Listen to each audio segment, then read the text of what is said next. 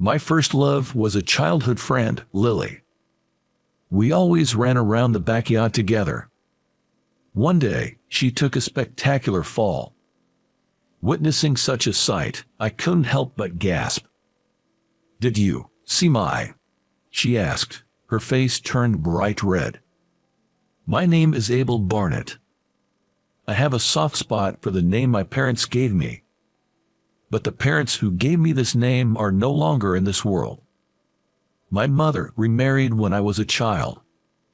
I don't remember anything about my real father. The only father I knew was the man my mother remarried. He was such a kind person, I always thought he was my real father.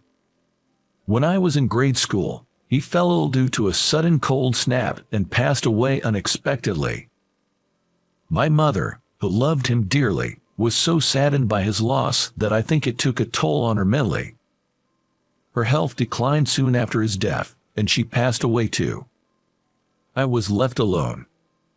I learned as a grade schooler that people could indeed die from sorrow. The person who took me in after I was left alone was my paternal grandmother, Bella Barnett. I was told that she was the one who had opposed my parents' marriage till the very end. My grandfather had already passed away, leaving only me and my grandmother as the remaining relatives. But I'm not related to my grandmother by blood. We may not be blood relatives, but the fact remains that we are the only remaining members of the Barnett family. My grandmother took over my grandfather's business and is still actively working. She embodies the word matriarch. She looks frail and might even seem weak. But once she gets going, her intensity is so great that even full-grown men bow down in front of her at the doorway, which I thought was quite terrifying as a child. When I found out I was going to be taken in by such a grandmother, I felt nothing but fear. I remember crying every day until the day I had to move in with such a scary person. I am now 25 years old. My grandmother, who I had always been fearful of, ended up raising me admirably. When we first started living together, neither of us knew how to interact with each other, creating an odd atmosphere, I suppose. The one who acted as a go-between for us was the daughter of the gardener who worked at my grandmother's house, called Lily. When I was first taken in by my grandmother, Lily was just an infant and was left on our porch while her father worked in the garden. Apparently, her father was in the midst of single parenting after his wife had run out on him, and my grandmother had given him permission to bring Lily to work. For 3 years, my relationship with my grandmother remained at a stalemate, and I never felt at ease when I came home. One day, when I came home from school, there was a mattress laid out on the porch, and the little baby was laying on top of it. When I peeked over, she gave me a big smile. Her face was so adorable that I poked her cheek lightly. Suddenly she started crying loudly, and I was taken aback. That's when my grandmother showed up.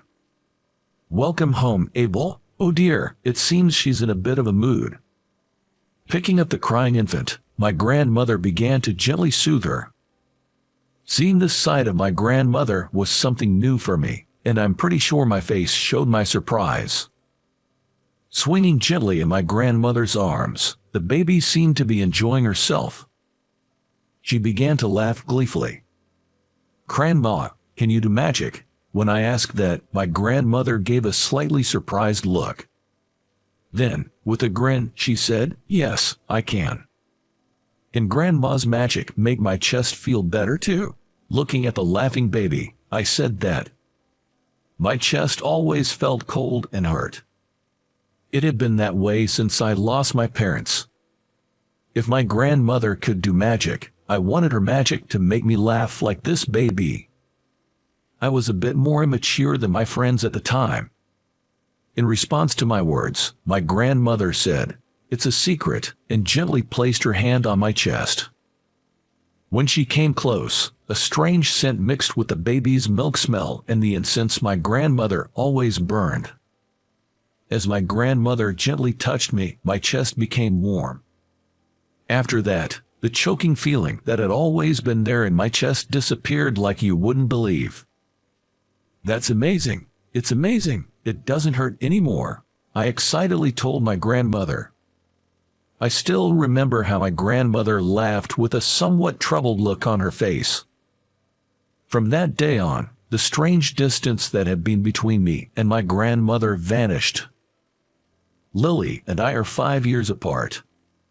When I started middle school, Lily was in elementary school. Lily, who was free to come and go in my grandmother's garden, and I quickly became close friends. Our circumstances were similar, both missing our mothers, and we were closer than my friends at school. Having known Lily since she was a baby, I had always watched her grow up. As she entered the upper grades of elementary school, the attitudes of the boys around her began to change. Lily had grown into a girl who was somehow mature and glamorous.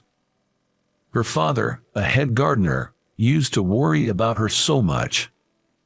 There was even a time when she was approached by a suspicious person on her way home from school and rushed into our garden with a terrified expression on her face. Lily couldn't stand herself for being that way. I remember that was around the time she cut her hair short and stopped wearing skirts. After graduating from college, I spent a year unemployed, staying with my grandmother. She was getting old and her health was beginning to fail. Her health had started to decline when I was in my sophomore year of high school. It was around the time I was deciding which college to attend. My grandmother told me to do whatever I wanted, so I decided to attend the closest low-ranked university from my home in my hometown. My class advisor tried to persuade me to aim for a more prestigious college, but I had no intention of leaving my grandmother. Of course, I got into the university. After graduation, I spent a year caring for my grandmother. Once her health finally stabilized, I started job hunting and managed to secure employment. Since I had no intention of leaving my hometown, I decided to work at a major advertising agency located here. I figured the 1-year gap wouldn't matter much. I thought so, but the world isn't that sweet. I was made painfully aware of this on the day of the job offer ceremony. There were 5 other new recruits apart from me, all of whom were elites who had graduated from prestigious universities and seemed to take pride in that.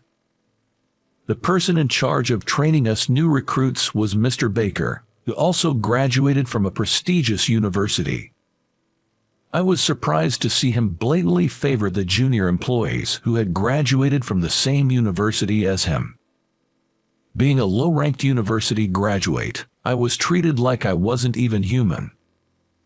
It's been like this since the pre-joining orientation, and I'm sick and tired of it every day. "Oh, you look so fed up again today." My grandmother, who had regained some of her energy, was sitting on a rocking chair in a room with a view of the garden, knitting something. Even though she was frail and getting older, the strength in her eyes hadn't been changed. I've realized that the world can be quite tough. I tell my grandmother about Mr. Baker in a humorous way. My grandmother laughed heartily at my story. "Wow, there is such an old-fashioned man like him still around. Anyway, Lily's back after a long time." "What, Lily?" Hearing Lily's name blew away my gloomy mood in an instant. I haven't seen Lily, who should be 20 years old this year, since she graduated from junior high school. We've only been keeping in touch through emails. Apparently, Lily had consulted with my grandmother about her future path when she was about to graduate from junior high school. Lily was firm that she didn't need to attend high school to fulfill her dream. Of course, her father, Gardener Depp, was strongly opposed. He insisted that she should go to high school, leading to arguments almost every night. One day, when I came home from school, I found my grandmother and the Depps sitting facing each other in the living room. When my grandmother noticed me, she beckoned me over. I took a seat next to my grandmother. Mr. Depp looked troubled, and Lily was deadly serious. I quickly realized this was about her future plans. I understand what you're coming from, Dad. I get the importance of high school, but I don't need it. Lily was the first to speak up. Even so, you must understand the difficulties you'll face in the real world without at least a high school diploma, Mr. Depp said, seemingly troubled. He seemed past the point of anger. I want to work with horses. I want to become a stable hand. For that, I need to train at a ranch. I don't want to take detours for my dreams.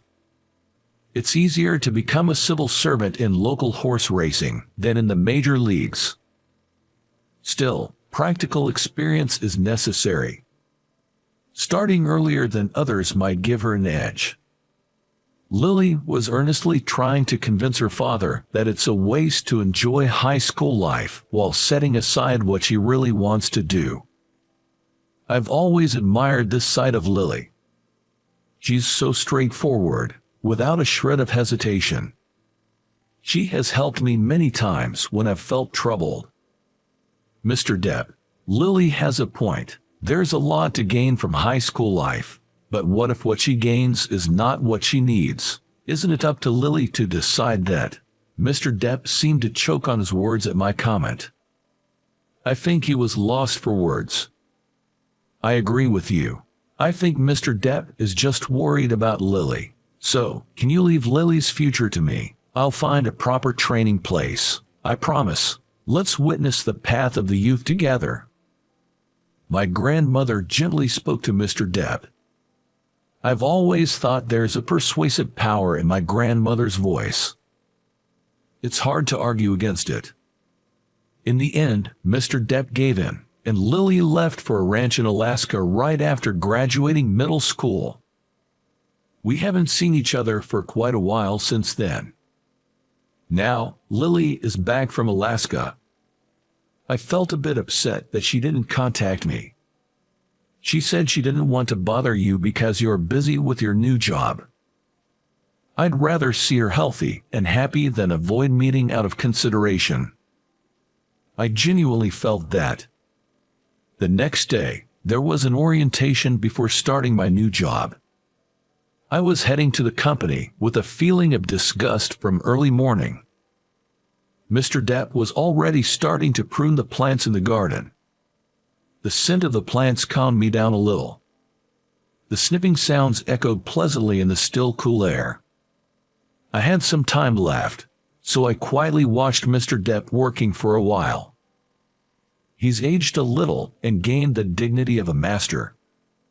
Apparently, he's planning to take on a few apprentices next year.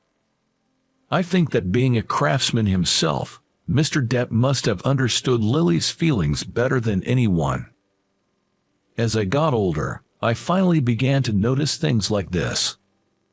Master Abel, is today your company's entrance ceremony? Mr. Depp, noticing my gaze, stopped his work.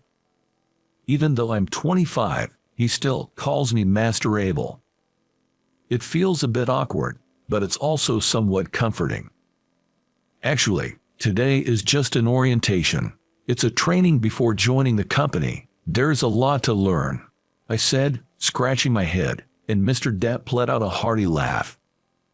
Well, it's just the beginning, isn't it? Keep it up. Bolstered by Mr. Depp's encouragement, I managed to get going. After bidding him goodbye with I'm off, I headed for the office. Once I arrived at work, it was clear I was the outsider. The fact that a guy like me, who graduated from a low-ranked college and had spent time unemployed, was hired became a hot topic. Mr. Baker was loudly discussing my background with the other newcomers. It's like he doesn't know the concept of personal privacy. And even though he knew I had walked into the room, he didn't stop the conversation. He ended it by saying, he must have some big connections, looking at me right in the eyes. I try not to let it get to me, but it's irritating to be called Mr. Bottom T University all day. What were you doing after graduation, Mr. Bottom T University? Unemployed, right? Were you a NEET? I'm fed up with Mr. Baker, who keeps picking on me at every opportunity. Having to listen to his stories about how much effort he put into getting into this company and about his university exploits makes it hard to absorb the important training content. But the obvious bullying didn't stop there. I was the only one not given any documents or not notified of room change from the conference room. It was like the kind of teasing you'd see in elementary school. It was so ridiculous, I seriously considered leaving halfway through. If this is what working here is like, this could go on forever. That thought alone drains all my energy. All I can do is pray I get assigned to a department as far from Mr. Baker as possible. But the problem isn't just Mr. Baker. The whole company's atmosphere is like Mr. Baker's. While he may be an extreme case, it's common practice here to judge people by their education, as if that defines who they are. I got a strong sense of this prevailing trend. After a dreary day of training, I returned home to find Lily cleaning the yard. I found myself not being able to say hi to her for a moment. "Oh, Abel, it's been a while." Lily greeted me swinging with a bamboo broom. Her waist seemed unusually thick. I kind of messed up. I'm back home for treatment. Noticing my gaze, she lifted her shirt's hem with a swift motion. Underneath was a white cast. Apparently, she fell off a horse during training. She's come home to recover while she's on leave.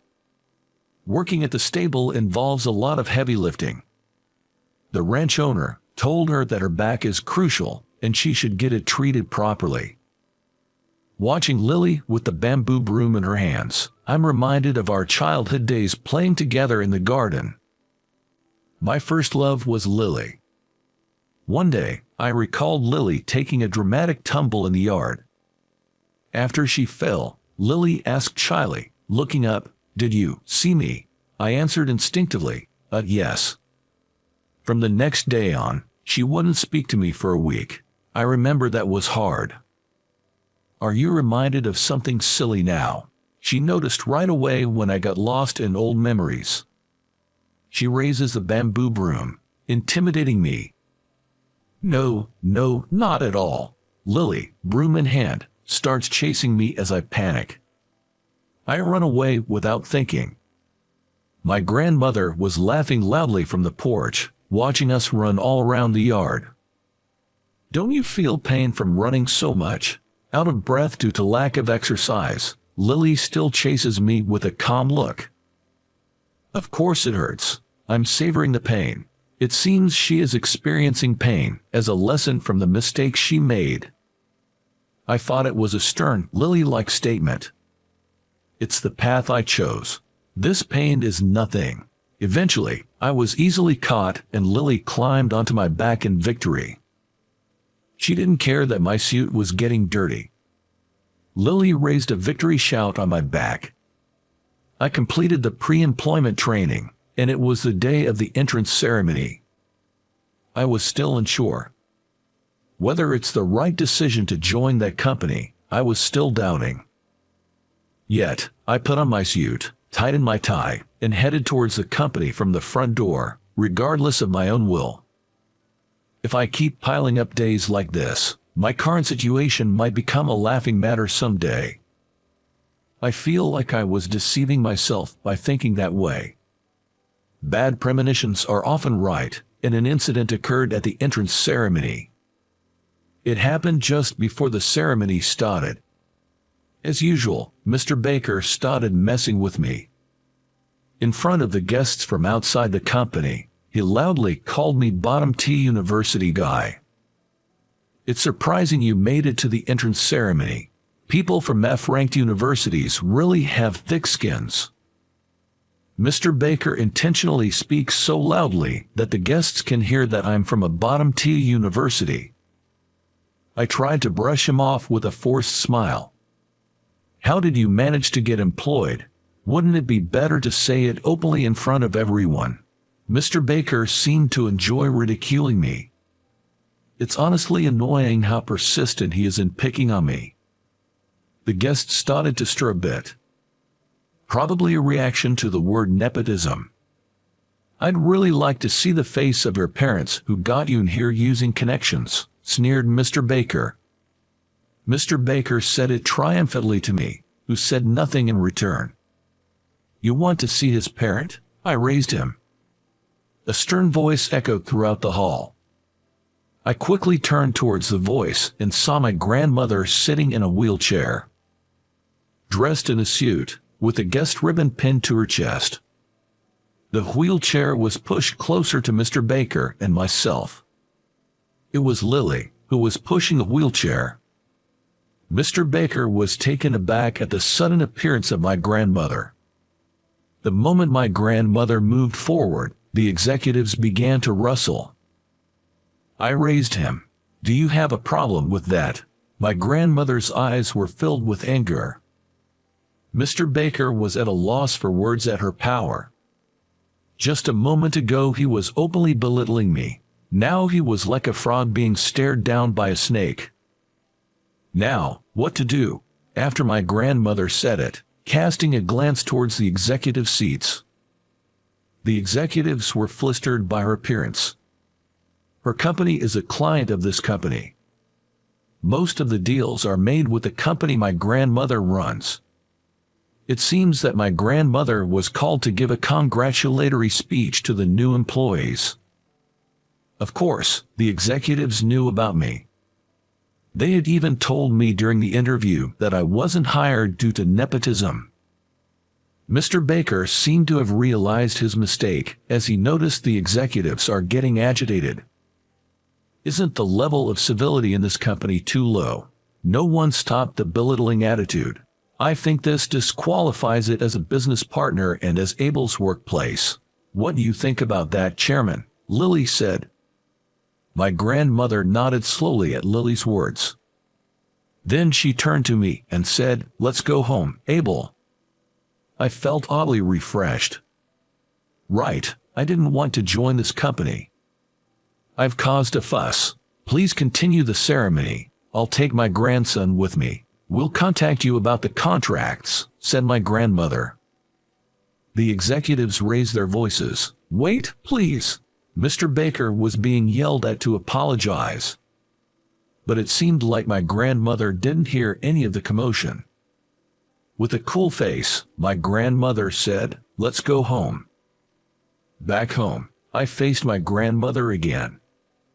She told me that she had been worried about me going to work every day with a gloomy face. Abel, don't you have something you really want to do? Honestly, I was surprised when you chose that company. My grandmother stumbled over words. She probably sees through everything. I chose that company for my grandmother. You're too kind. Live more freely. She spoke in a tone that revealed she understood I had chosen my employment in a place that would please my grandmother. I resolved myself. Taking a deep breath, I bowed deeply until my forehead touched the floor. Please, let me become Mr. Depp's apprentice as a landscaper. I had always admired Mr. Depp for his craftsmanlike demeanor. Having lost my father at an early age, Mr. Depp was the man I admired, the adult figure I looked up to. I want to live as a craftsman, I said.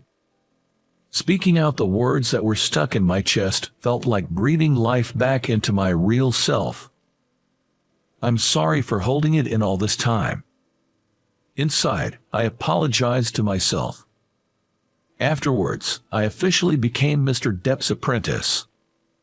Despite becoming an apprentice, being called Master Abel was somewhat embarrassing.